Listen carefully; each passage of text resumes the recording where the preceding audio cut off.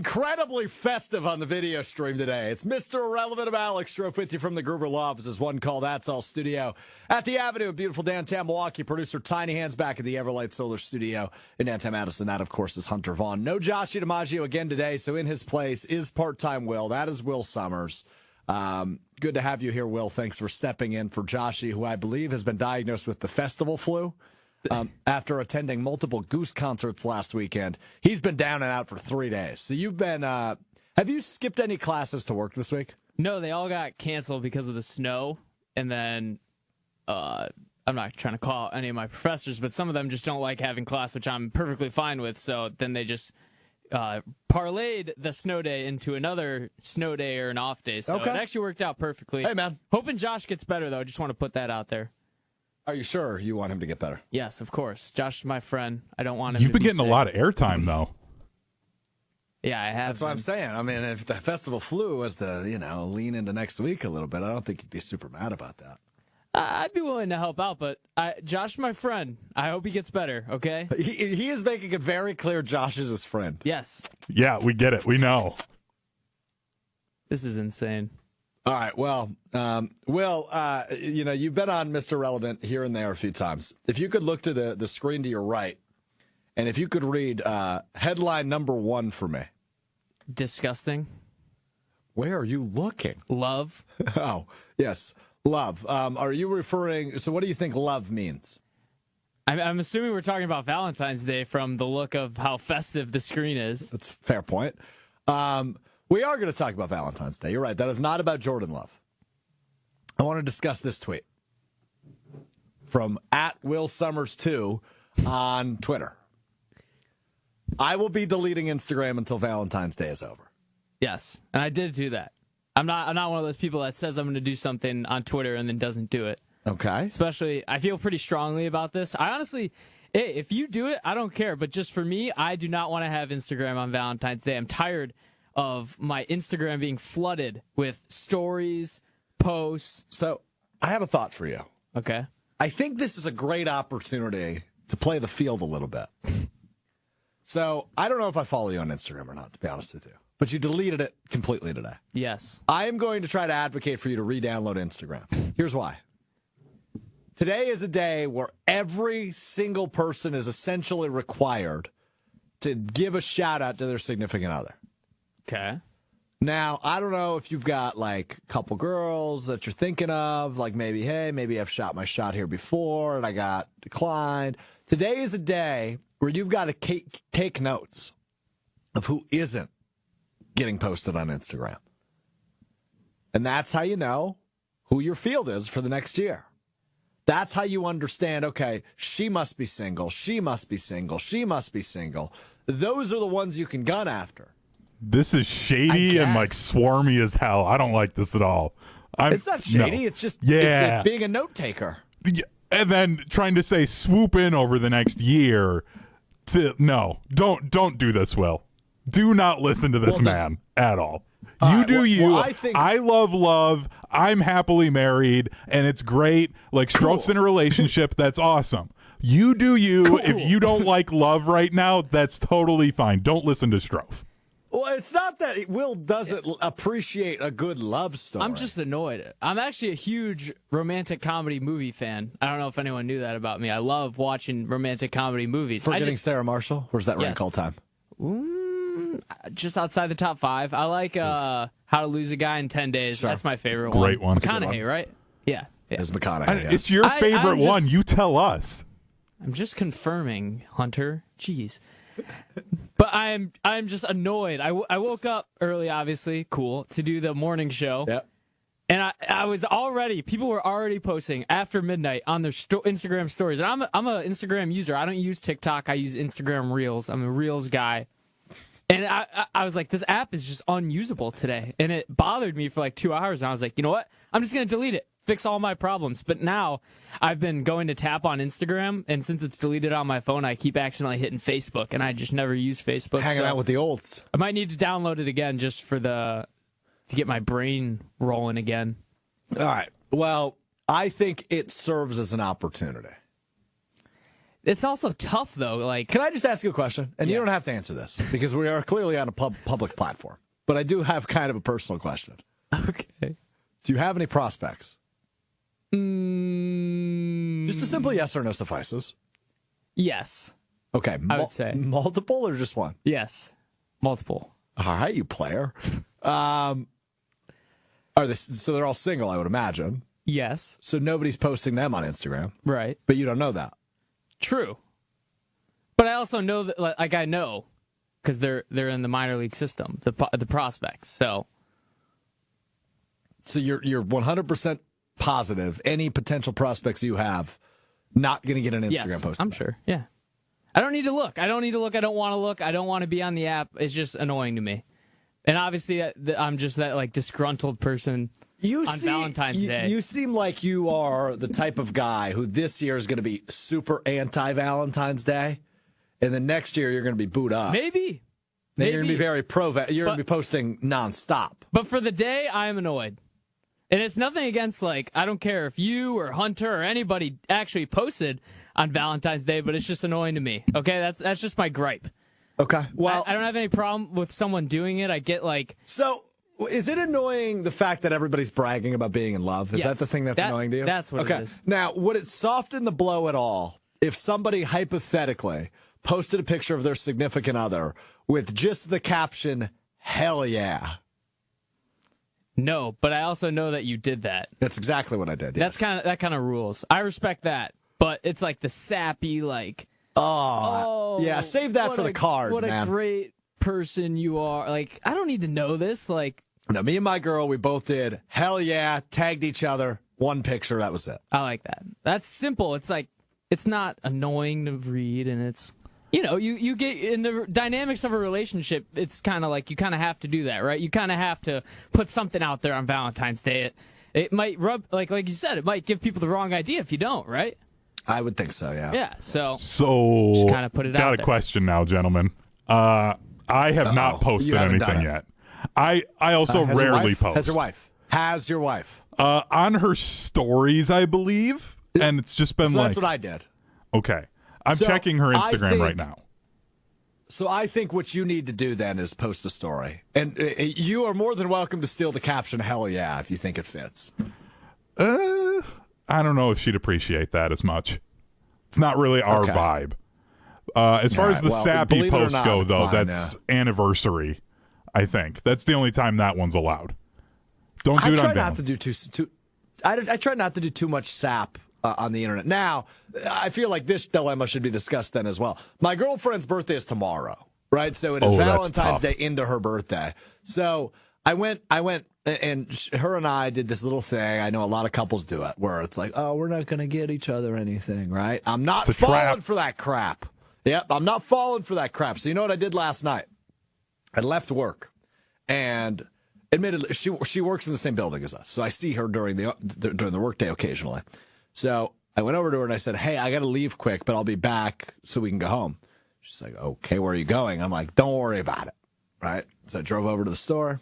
I got a dozen red roses. I got a dozen purple ombre roses. I got like a little box of chocolates. I got a card. I set it all up in the apartment. Then I came back and I was like, "All right, let's go home." She walks in. She turns around. She hits me in the arm. "You can't do that." We said we're not getting each other anything. And I said, "I'm not falling for that. I'm too old to be falling for that crap." Like, I have been in multiple relationships, where that has been brought up. Where it's like, "Hey, we're not going to do anything for Valentine's Day." I've fallen for it before. So maybe I am letting the insecurity of past relationships play into this, but I feel like that's a safe play, right? Get the flowers, make sure you're not screwing up. And, that way... that way you're good to go. So that's where I'm at. And it's also, if you don't listen and you still do something, even if she doesn't do something, you kind of earn yourself those extra little points then for later on. So then, you have a few too many out with the boys or something like that. There's maybe a little bit of brownie points there to lessen the blow of the anger. So I think you're still good if you just can't listen. Yeah, you get her but I can always something blame it every on the time. birthday too, right? Yeah, exactly. This is for the birthday, right? This isn't for Valentine's Day because I don't want anything. If I want anything, I want like Starbursts. Like I'm a simple dude. I like my sweet candy, but I'm good without it, man. I'm good without it. Dugio on the ESPN Milwaukee YouTube chat. I agree with Strouf. Hell yeah, is simple and to the point. Not sure what kind of vibe you're trying to put out there, Hunter. Me neither. He hasn't put out any vibe yet. We're all going to find out together. We'll report back on that. All right, that's enough love talk. Will you or will you not re-download Instagram before you having a couple beers tonight? I don't know. I'm pretty tired. We'll see. It's a game time decision. He's been working a lot this week. Before 7 p.m., will Instagram be re-downloaded? Probably just because I will get bored. All right. But I'm not going to click on anything anymore. I'm just going to go on Reels. Okay. Well, let's stick with Will, but let's transition to the Packers as Will has his stat of the day. I don't know. Maybe this will become a thing. Who knows? Stat of the day on Packers tight end Tucker Kraft, Will Sommers. Okay. In the past 10 seasons, 7 tight ends have averaged at least 14 yards per reception while catching 50 or more passes. Those tight ends being Gronk, George Kittle, Greg Olsen, Jimmy Graham, Dallas Goedert, Kyle Pitts, and the Green Bay Packers' own Tucker Kraft. Kraft, of the group, was able to accomplish this feat in the smallest amount of targets, which was 70. And he finished with 50 catches on the dot. Yes. So barely snuck in there, but he got there. An elite group of tight ends. Who's the most surprising name on that list? Kyle Pitts. I thought it was Dallas Goedert, who's good. He's sneaky good. But, yeah, Kyle Pitts, I mean, there was high expectations, but it seems like those have gone a bit down now in Atlanta, but we'll see if he's able to rebound in 2025. The point here is Tucker Kraft should evolve into a freaking superstar, dude. Right? Like, what we saw this season was inconsistent from the Packers offense. They established a pretty good running game from Josh Jacobs. He was the MVP of this team. Jordan Love, up and down, dealt with injuries. Receivers didn't take the step they wanted to. Offensive line, good for a lot of the year, kind of fell off towards the end of the year. Tucker Kraft was the one where you go, yeah, that is the surprise of the offense. Right? Like, you expected him maybe to take a step with Luke Musgrave missing some time. But I don't know if anybody saw this step coming. And he took a big step. He was a nice target for Jordan Love. He made the most of his targets and catches. Finished with 50, led the team in receiving yards, had 7 touchdowns in the regular season. Like, he had a really nice year. The Packers have not had a bona fide, really good tight end since Jermichael Finley, and obviously that career was cut short due to that neck injury. So I guess when you hear the stat, I imagine the thought is the same for all of us, despite the fact that I'm the only Packers fan here today, Will a Bears fan, and Hunter a Cowboys fan, is it seems like Tucker Kraft is a guy who's going to need some extra emphasis in this Packers offense in 2025. He is a guy who is making the most of his opportunities, and he's still young, right? Keep in mind, this is a guy that's only going to be entering year 3 in 2025, but will have a little bit more comfortability under his belt in the system, playing a ton in 2024. He is going to learn some of the extra things he can do, whether it's, in the blocking game, in the receiving game, over the middle, does he cut outside, right? Like, there's going to be a lot of opportunity for Tucker Kraft to continue to grow within this role, which I think is really exciting. I think this is a guy who is poised for a huge, even bigger breakout in 2025, given his role within the offense. Now, some of the things like this will matter, right? Like, who do they bring in at wide receiver? Is it a free agent? Do they trade or re-sign Devontae Adams? Do they draft a wide receiver in a mid-round? That could be something that plays into effect here. So, while I think he is poised for a really good opportunity to continue his breakout in 2025, those factors will play into it. But clearly, this is a guy who is a gamer. He is a stud. And he is the type of guy that can really take this thing to the next level in 2025. Interesting stat dug up by Will there. Does that stat make you think that if the Packers are able to center a game plan more around him and he can evolve into a Travis Kelce, a George Kittle type tight end, where does that put you on adding a wide receiver? Do you still need that star, or can you settle for a more average wide receiver? Yeah, I think you could settle, but when it comes to Kraft, the guy he's compared to is George Kittle, right? Like runs through your face mask, quick, strong, athletic, kind of a lunatic in the best way. I mean that as a compliment. So he's often compared to Kittle, right? I think he's been called Baby Kittle before. You see that in his game, and you know how obviously big of a weapon George Kittle became for whether it was Jimmy Garoppolo or Brock Purdy out in San Francisco in that Kyle Shanahan-led offense. I think Kraft can evolve into that. So I don't know. I don't know if you can settle. If you bring in an Adams again, right, to be your number one, does that change Kraft's role? Maybe a teensy tiny bit, but this is a guy with 50 catches, 700 yards, and 7 touchdowns, which I think all 3 of those led the team this year. It's the opportunity is clearly there. Opportunity is clearly there. David on the YouTube chat. The GKB Award for most colorful Valentine's Day themed visual layout on YouTube goes to Alex Strouf for Mr. Irrelevant. The award goes to Hunter Vaughn. I had nothing to do with the pink and the hearts and everything going on.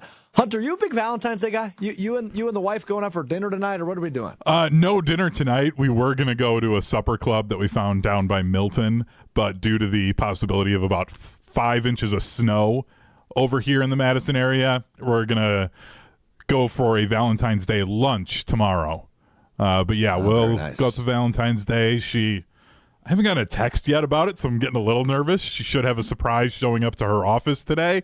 Oh, wait a minute.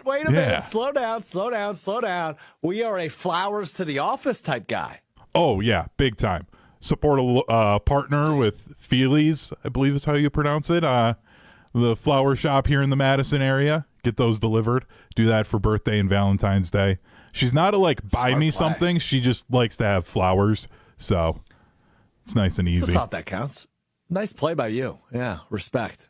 Well, speaking of flowers, I couldn't find any. I was actually going to throw flowers at the camera, so sorry to disappoint. I want to give out some flowers to Wisconsin sports figures.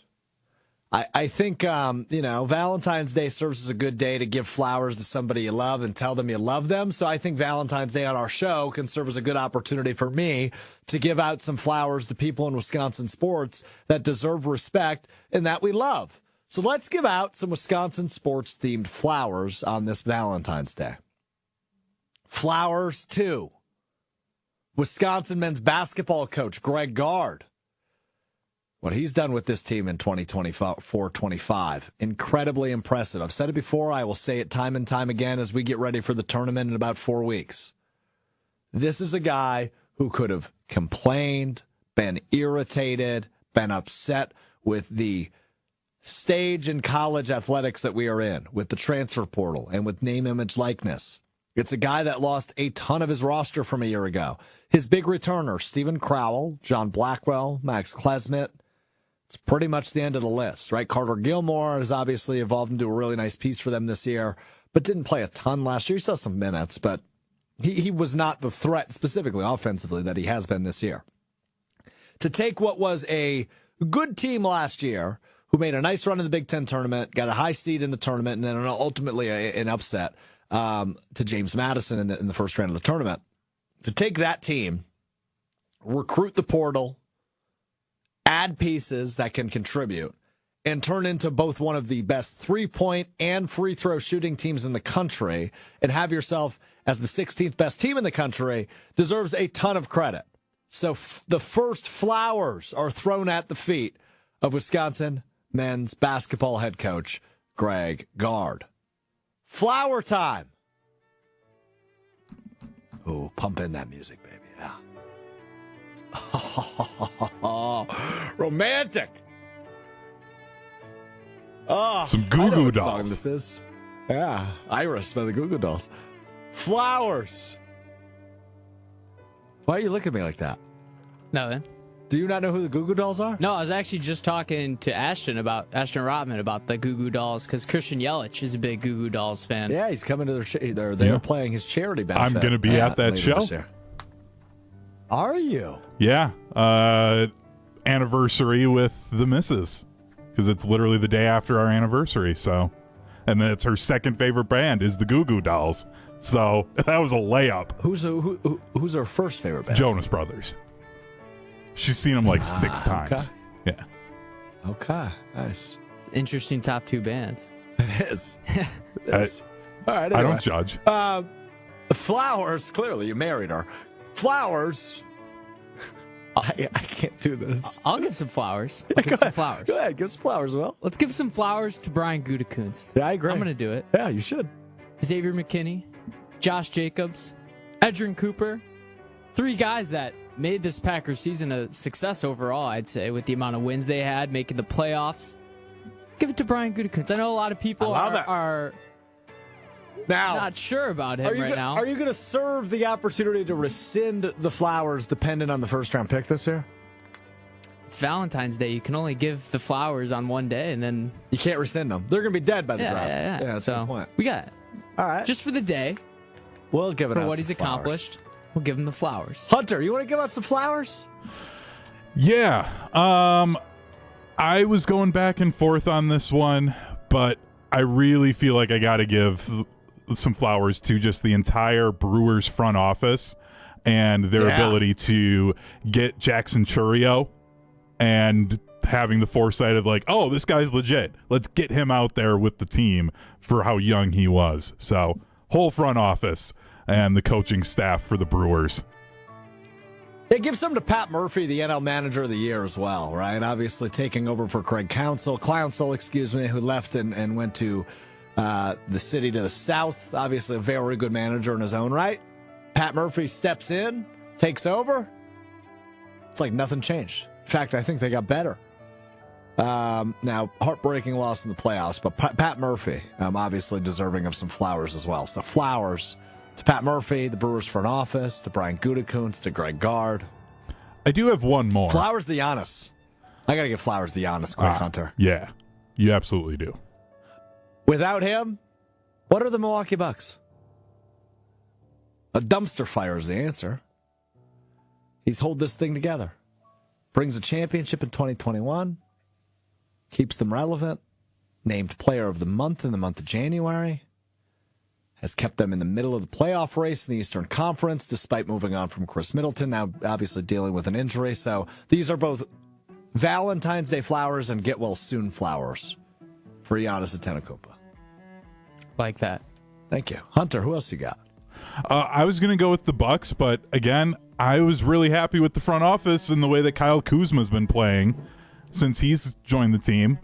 Helped get them that big road win before the All-Star break at Minnesota. I think he's actually going to be a very positive trade, even though people were bashing the trade and sending of Chris Middleton out of town.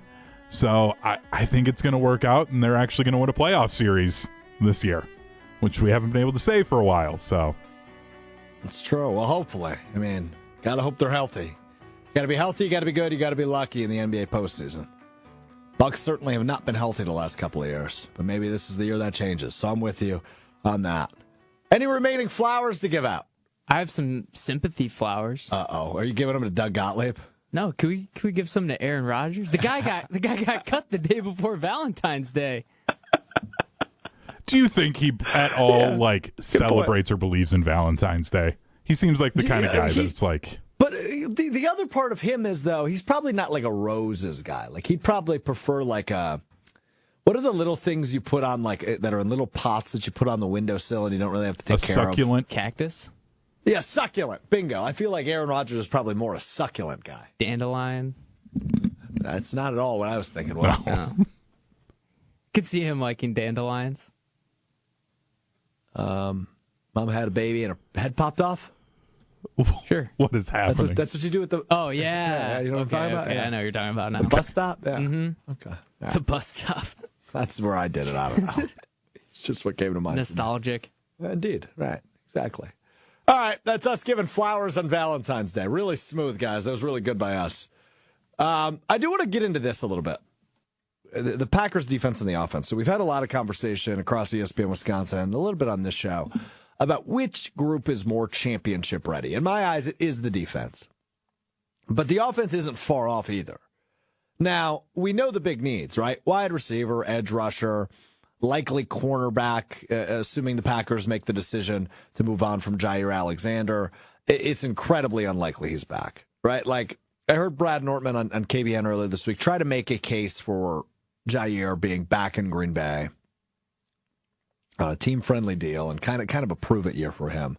But given the contract they're in, it just makes more sense to get out post-June 1st. Now, you can designate that. That's what the Jets are doing with Aaron Rodgers, as Will mentioned. He will technically be a free agent, but it will also technically be with the Jets until June 1st. Now, if you are designated as a post-June 1st cut, for example, this is what the Packers did with Aaron Jones last year. It was March 12th or 13th, whatever day free agency opened. They signed Josh Jacobs, and then they designate Aaron Jones as a post-June 1st cut, which saves them some money. And Aaron Jones able that week then to go sign with the Minnesota Vikings, participate in the offseason program prior to June 1st and all that. So you can designate that just to save yourself some money. It's one of those tricks that you can do to balance the cap a little bit better.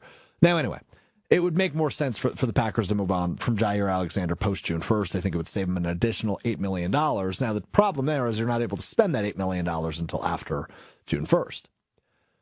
So corner, edge rush, wide receiver, right? Those feel like the big issues right now. You've obviously got a hole, likely if Josh Myers is to leave, at center that maybe you fill with guys you already have on the roster, but you're going to need to add some depth then through free agency. So the question for me then is, right, what parts worry you most? Because it feels like this defense, who had a big recovery this year, was way better against the run. It seems like that linebacker crew, for as young as they are, has some superstardom potential. The safety group is the best it's been in what feels like forever. So you've got good pieces on each side of the ball. How far away are each group, though? Right, when you look at the defense, they did make a nice improvement. But if you want to be Super Bowl good, you need to continue that development, right? They are viewed as a top 10 defense. You think of, well, again, like I just mentioned, great against the run this year. I think they only allowed 3 100-yard rushers. One of them was Saquon in the opener. One of them was Jonathan Taylor in the home opener, which was week 2. I mean, you did really well against the run all year. And that's something that needs to continue into next year. Something you did not do so well with is the pass rush, getting after the opposing quarterbacks. While the sack numbers might look a little inflated because against Tennessee, they just got to Will Levis a million times. There was one other game where I think they had 7 or 8 sacks. But outside of those, struggled to get after the quarterback. Think about Jalen Hurts in the wild card game. Think about Sam Darnold in that Minnesota game towards the end of the year. You just didn't really get after the quarterback that well. That's something that's got to change. And whether that's through trade or free agency or draft or all of the above, you have to fix that. And if you do, you're that much closer to being a championship defense. The quarterback situation is the one I just can't figure out, man. Like, I'm really struggling to figure out how they're going to address that one. Because, as I mentioned, the odds are you're moving on from Jair Alexander, which leaves you with Carrington, Valentine, and Keyshawn Nixon as kind of your top 2 corners. And while that's not awful, you certainly don't want those to be your top 2 guys. Like, if they are 2 and 3, you feel much better about it. So is that you go get a DJ Reed or somebody, a nice name in free agency? Do you draft a corner in round 1 and hope they develop very quickly into a top corner? I don't know. That's the one where I can't peg down what the right move is. And by the way, I don't think just one corner is enough to go, okay, now they're championship level, right? Like, I don't view that as the case. Now, if you invest in free agency and you draft one early, all of a sudden, okay, you've got 2 new guys in the room alongside Valentine, no pun intended, and Nixon. You feel a little bit better about that group of 4. We did the percentage game on Wednesday's show where we named a Packer or a possible Packer, and I gave a percentage as to how likely I think it is that they're back in Green Bay. Eric Stokes I put high. I brought that up with Jason Wilde yesterday on Weekly Wilde, which you can find in the Mr. Relevant podcast feed as well as at ESPN Milwaukee on YouTube. He thinks it's more of a situation where a change of scenery is necessary for the player. That's not to say the Packers wouldn't offer him an opportunity to come back, as he is an unrestricted free agent. But he thinks, this could be a move where he needs to go to a Denver or an Atlanta or a Carolina, right? Wherever, Miami. and just go fight for a job. Because the change of scenery is necessary for a guy who just didn't live up to the hype as a first-round pick in Green Bay, which is fair, but I still do think, number one, I don't think the market's going to be huge for him. I just don't. Like, he's a depth corner. He hasn't progressed. He hasn't become he looks nothing like a first-round pick. But as Tausch always says, I'm Will and Tausch, seventh-round picks always have to prove they belong in the NFL. First-round picks always have to prove they don't belong in the NFL in order to lose their job. So he is one where maybe he has a small market, but I think it's likely he's back. So then that's your depth piece, and then hopefully, he can become your fourth or fifth corner on a one-year deal, and then maybe he goes elsewhere. But we will see there. Corner is the position that might scare me the most in terms of how the Packers handle that this offseason, because it feels like we are trending in a direction, at least a wide receiver, where the public pressure is on, right? It seems like all the fans want a number one receiver. I don't think it's going to be T. Higgins. I don't think it's Deebo Samuel. I don't think it's Cooper Kupp. Devontae Adams, very possible if Goody is open to that idea. Otherwise, is it a draft pick in the second or third round? I don't know that we want to run that one back. So wide receiver obviously has its worries. Edge obviously has its worries. But I think as I continue to overthink this, because it's all I think about because I'm a dork, corner is the position I'm worried about most, how the Packers handle it this offseason. Hunter, go ahead.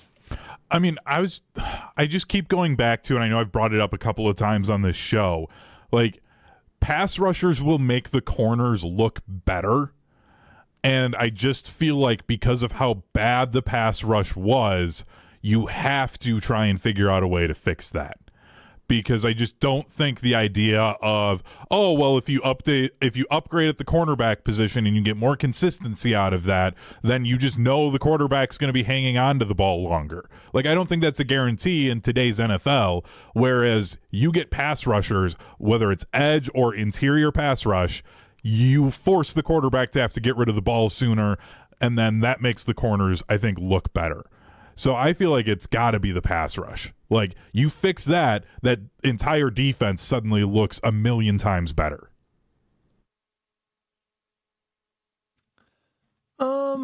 Yeah, I mean, I do agree, right? If you were to bring in a Myles Garrett or something, it's going to make everything else on that defense look better. It just is. But how realistic is it the Packers are to acquire a top 5 edge rusher this offseason? Now, there's plenty of names being floated, and we talked about those a ton on Wednesday. If you missed that segment, you can find it on the ESPN Milwaukee and ESPN Madison YouTube channels, where we went through and kind of hashed through the percentage. And we talked about Trey Hendrickson and Max Crosby and Myles Garrett and the actual potential of them being on the Packers roster. It doesn't feel to me like, I mean, this is no breaking news. The last trade the Packers actually acquired a player of significance was Brett Favre. And that was before I was born, right? I mean, that was the early 90s. So it just doesn't, they just don't do that. That's not their MO. That's just not something they often do. So that's the thing where, yeah, would it be nice to acquire a Max Crosby or Myles Garrett? Obviously. I think it would take this defense to a totally different level. It's just something they don't do. And I worry that will again be the case this offseason at that position. So now to Hunter's question, do you want to run back the idea of, drafting a defensive end and hoping they develop into something special in year one? I'm willing to try it. I just don't have a lot of faith in it. I mean, you drafted Lucas Van Ness now 2 years ago with the 13th overall pick. And how's that worked out for you? So, yes, I agree. DN/edge is probably the position of most necessary upgrade. But to go get a proven top 5 edge rusher in the NFL, despite the fact it's very possible this offseason, with 3 of them legitimately saying, I want out one way or another. Trey Hendrickson not necessarily saying, I want to trade, but he said, I need a contract extension. And whether that's in Cincinnati or not, I don't really care. And Crosby and Garrett both pretty darn open about the fact they want out of their respective teams in Cleveland and Las Vegas. So we will see. Chef Ed chiming in with an attempt at a poem. Let me know how this is. Roses are red. The Lions wear blue. If the Packers get Garrett, Detroit's knee-deep in the pool. Oh, in the poo, excuse me. Knee-deep in the poo. Got him. Art. Art, indeed, from Chef Ed on the YouTube chat. Will, you're a Bears fan, so I would appreciate your perspective there. Unbiased. It seems to me like the Packers have too many spots to fill, not enough time, not enough initiative, not enough draft picks to fill all of those till I can see them competing with an Eagles and with the Chiefs. I don't know. It feels like... You sure that's unbiased? It is. It truly is. Completely unbiased. I've admitted in the past when the Packers have been that team, and I'm realistic about the Bears too. I can say that all that I want about how they haven't been anything close to the Packers in the past years, but after watching these playoffs, after watching the Eagles dominate their past two playoff games, really scoring 40 and 50, they scored 50 on the dot in the NFC Championship too, if I'm not mistaken. Mm-hmm. It just feels like this Packers team, you need elite cornerback, D lineman, receiver, and it's just, my question to you, can they win with one elite player at one of those positions? Because I don't think they're going to get all three in this offseason, right? That's just not. So here's the thing. Would it be nice to have an elite corner, edge, and receiver? Of course. And frankly, Philly has all three of those. Or at least guys that seem like they're heading on that trajectory, right? When you look at like a Quinion Mitchell, the rookie corner, seems like he's probably going to evolve into a really good pick. And then obviously we know what they have on D-line, stud after stud after stud, and then wide receiver-wise, both Devontae Smith and A.J. Brown there. So they're in a really, really good spot at those positions in particular. Is that the reason they won the Super Bowl? Yeah, I mean, it played a role for sure. They have a good quarterback. They had a good run game. They have a good tight end. So could you win without them? I mean, yeah. I mean, I think you can win without a completely elite defensive end. I mean, does it help? Of course. Can you win without a completely elite receiver? It's the one I struggle with.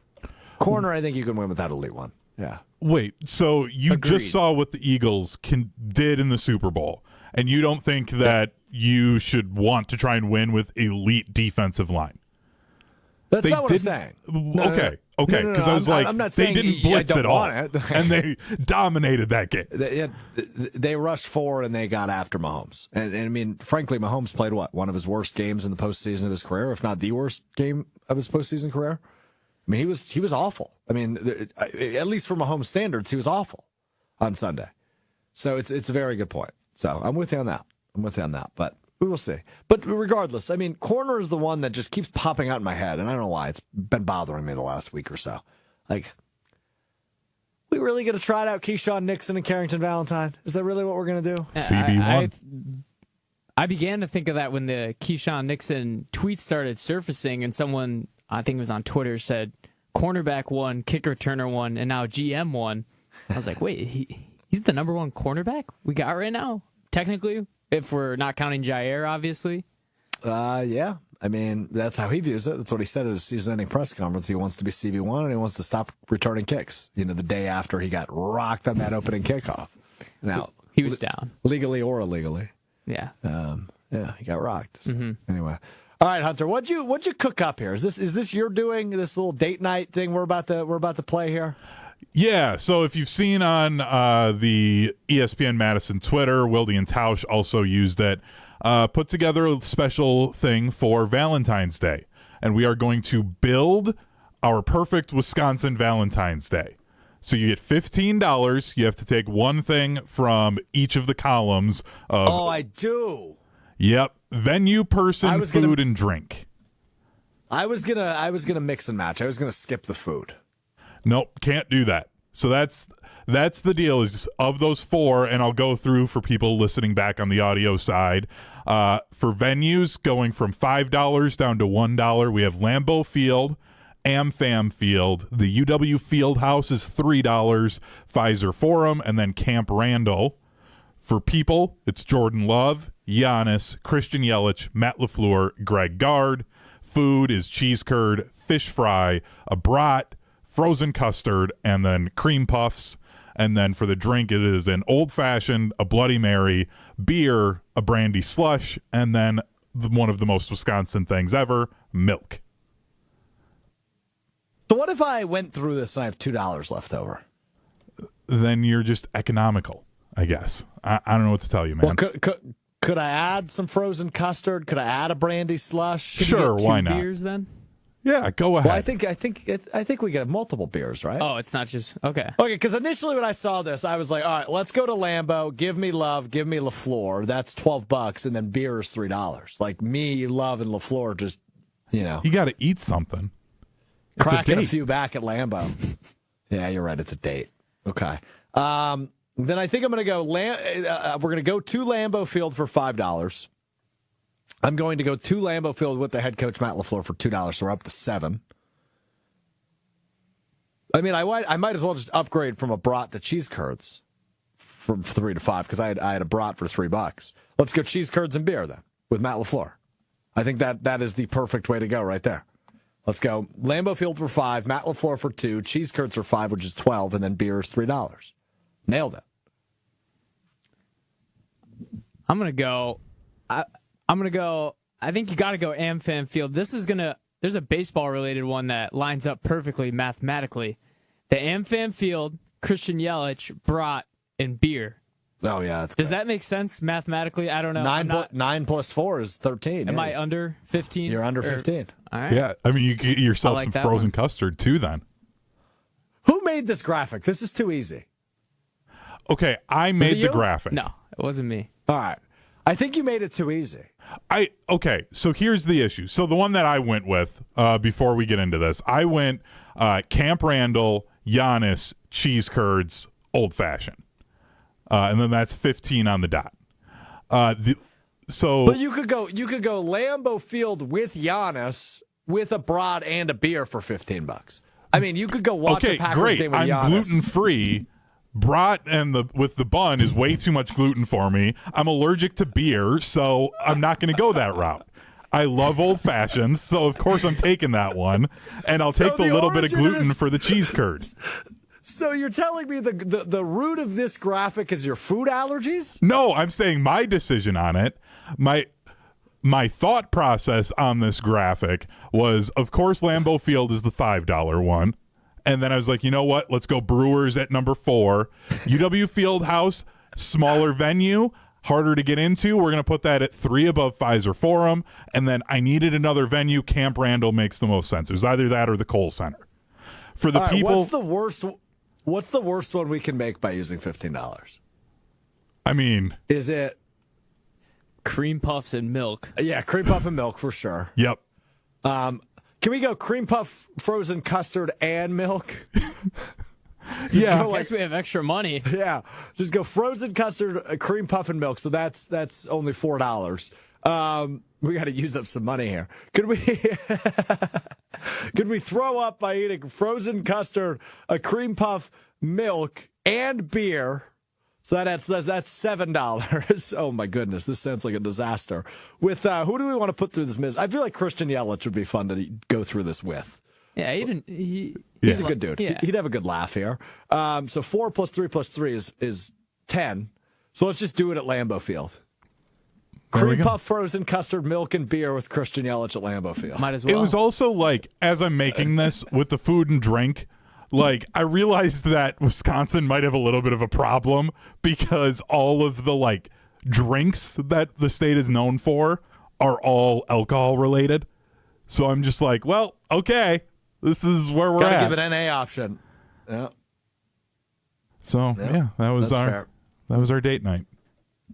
All right, here we go. You learn something new every day. We learn something new today. It's time now for What We Learned on a Friday edition of Mr. Irrelevant. Hunter, you said before the show, I should probably come up with a What We Learned. Have you learned anything in the last hour? I did. I was looking through, and then I realized that I saw that the Brewers said that Freddie Peralta will be the opening day starter for the Brewers. So pumped about that. And Brandon Woodruff, just saw it come across my phone. He is doing better than expected right now. So I'm pumped for that. This pitching staff for the Brewers is going to be ridiculous again this year, and I absolutely love it. Back end of the bullpen, a little questionable, but yeah. starting rotation will be great. Woody back in action. Obviously, Peralta's back. You've got some options too, right? Like Robert Gasser did not play a lot last year prior to his injury, and he was awesome. So I'm intrigued to see what this Brewers team is. Yeah, and I just felt like I needed to get the baseball music going on this too. I'm ready for baseball. We're less than a month and a half away, so it is good to hear it. It is good to hear it. So I've seen this trend recently, and it's quite funny, and it is a trend in the world of college basketball. So there are obviously the internet full of troll accounts that want to get you, right? They want to get hit you with a stat. And did you get got? Hope you run with it. No, I didn't get got. But multiple announcers this season have gotten got when it comes to the SEC. So the SEC, dominant conference. I mean, they are phenomenal this year in college basketball. I mean, they have so many good teams in the SEC. I just want to see how many ranked teams. So they have number 1, number 2, number 3, number 8, number 1, number 2, number 3, number 5, number 8, number 15, number 19, number 21, and number 22. All in the SEC. Ridiculous. And tomorrow, by the way, a battle of the ages in regular season college basketball. Number 1, Auburn. Number 2, Alabama tomorrow at 3 o'clock Central. Could be a great game. But everybody's like, oh, everybody says the SEC is such a powerhouse. They were this and this prior to conference play beginning. And now that conference play has begun, they're 82-82. No kidding. So you are telling me that there is a winner and a loser in every conference game? What a wild concept.